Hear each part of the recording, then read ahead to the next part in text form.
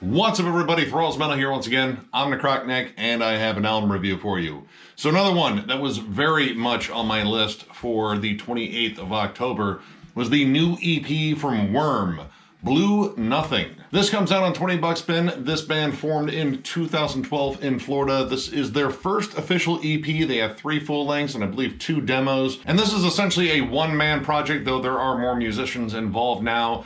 It is Blackened, Deathdoom, and oh my god, it is quite possibly one of the perfect things to listen to for this month. And being this close to Halloween, yeah, no, this is just about fucking spot on. Now, we're no stranger to Worm here. I went over Gloomlord in a collection update. I was absolutely entranced by that. And then Shred and I went over Foreverglade, which made, I believe, both of our year-end lists last year. And needless to say, I was very excited to hear this. I listened to the teasers and, you know, whatever they had available before this whole album streamed, and when this whole album streamed, or rather EP.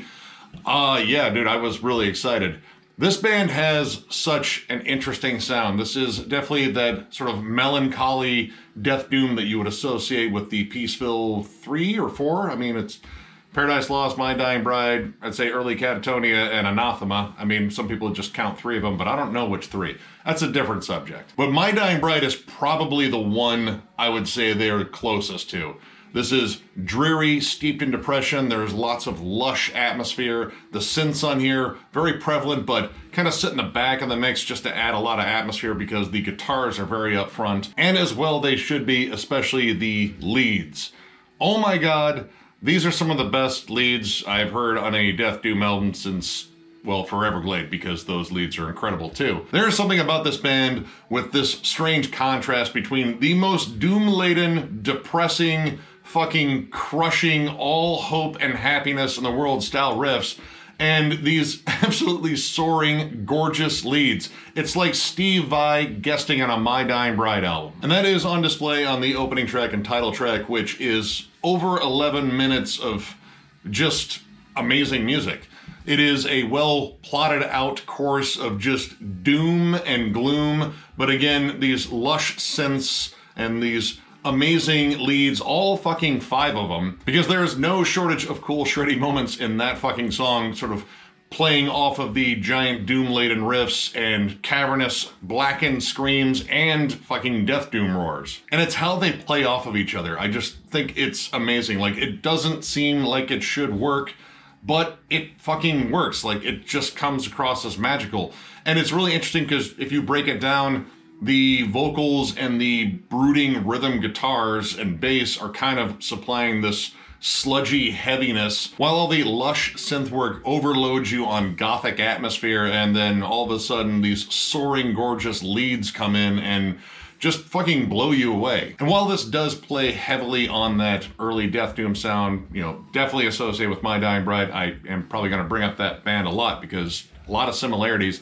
This does get flat out brutal. There are sections in the title track that kind of get like incantation heavy. The sludgier riffs take over, which the rhythm guitar tone is deep and murky and of course loaded with reverb because everything is. I'm reasonably sure there was a fucking smoke machine in the fucking studio when they did this. Like, that's how creepy this sounds. The whole setting of this album feels like you're navigating a creepy haunted castle with nothing but a candelabra.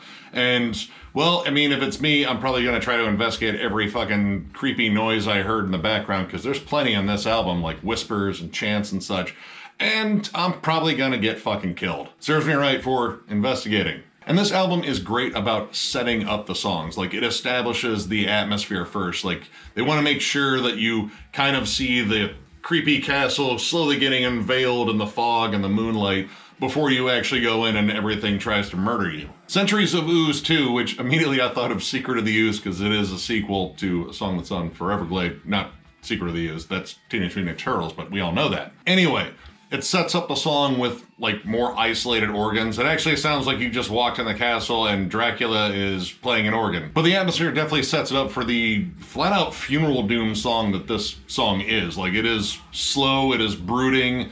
The riffs are just sort of syncopated on this very slow plodding drum beat. And this is where they throw in some clean vocals or like sort of chants in the background. It kind of reminded me a bit of Nick Holmes because I didn't want to just bring up My Dying Bride all the time. So I'm just going to bring up Paradise Lost a little bit more too. But this also also features probably one of the heaviest moments in the album with a giant Funeral Doom style Death Doom breakdown. It's absolutely fucking massive, but it closes out with some, again, ferocious melodies. And not necessarily like a flat out solo. Like, there's definitely solos on, I would say, every fucking track. But there's a cool sort of lead harmony on here towards the end that really just sort of carries out the song. And I have to say, like, the dynamic flips on here are very strong, especially the last track, Shadowside Kingdom, which starts off acoustic, very dreary, propelled by the synths and kind of clean vocals. I guess you can kind of hear them in the background. They're more like chants and whispers, which again kind of adds to the whole spooky, creepy atmosphere in here. Again, the synths are very lush and they're a little bit more out front in here because they're not sitting behind the guitars.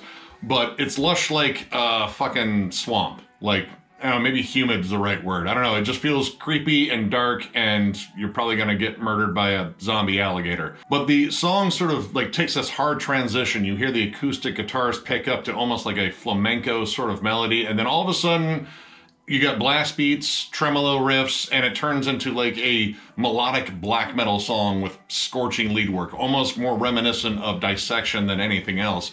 And this is just a really wild transition. It's almost the equivalent of a jump scare in a fucking movie because like literally everything is very calm and I wouldn't say like serene. I don't know if I'd say calm either. I don't know. It's more subtly eerie than anything else. And then all of a sudden this song just explodes like, I don't know, like a werewolf that jumped from a tree just to maul your fucking face. I think I brought up vampires enough. We gotta get a werewolf in there. Anyway, I just love that fucking giant flip on there. But it's stuff like that that kept this very interesting and kind of quelled my fear of it being more or less rehashed from Foreverglade. That was kind of what I thought since this came out so soon afterwards. It's similar in style, but I think there's just like a slightly different atmosphere to it. Like, I feel like it's more focused on the melody, and I would say even the lead guitar presence, which is a big draw to this band, is even more prominent on here. The interlude track, and only track I haven't brought up yet, Invoking the Dragon Moon, is essentially like an interlude kind of setup track to the last one. But it's kind of interesting. Like, generally I bitch about interludes, and it's, you know, creepy. It's got the lush synths again. It's very Halloween-y, very gothic. But all of a sudden you get this really cool shreddy fucking lead that comes in. It's like fucking Yngwie Malmsteen playing a Halloween attraction someplace. But it works.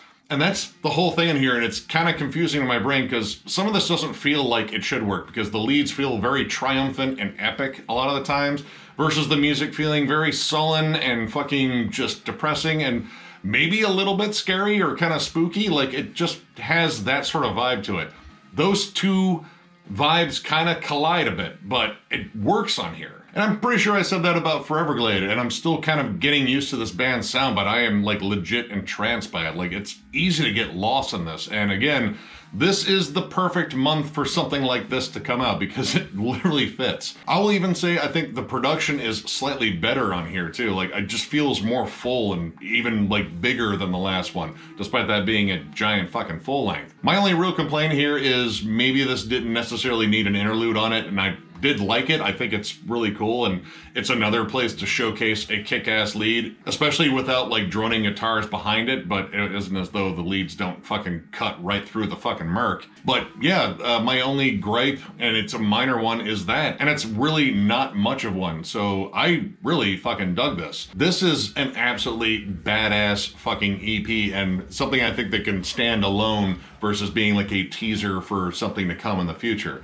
So overall, I'm gonna give this 4 stars. This is absolutely fantastic. I already want more. In fact, I ordered this while listening to it. That's kind of a common thing. If I really like something, I generally do that. But I had a hunch about this, even though I kind of waited to listen to it. But yeah, literally after the first track, I was like, listen, I'll get it for that first track alone.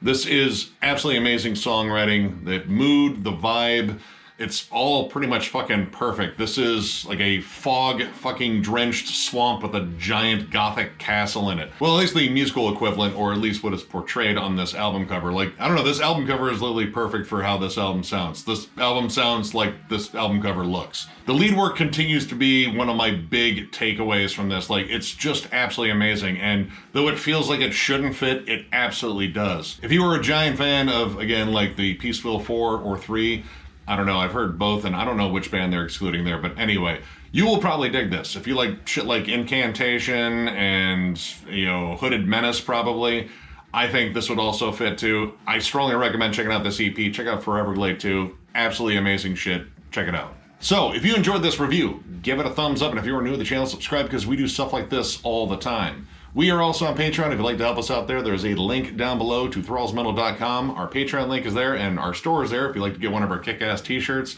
And we also have like audio versions of some of our episodes if you'd rather listen to us than look at us, which both are probably dangerous to your health, so I don't know, be warned. And of course, thank you so much for liking, subscribing, following, all that stuff. This has been fucking awesome. Another year is almost closing, and it's fucking remarkable. It blows me away every time. This has been an absolutely fucking great time, and the biggest part of it is you guys. Like, honestly, your feedback, your comments, it's just fucking fun doing this, and you guys are like one of the main fucking reasons. So thank you once again, and we will catch you later.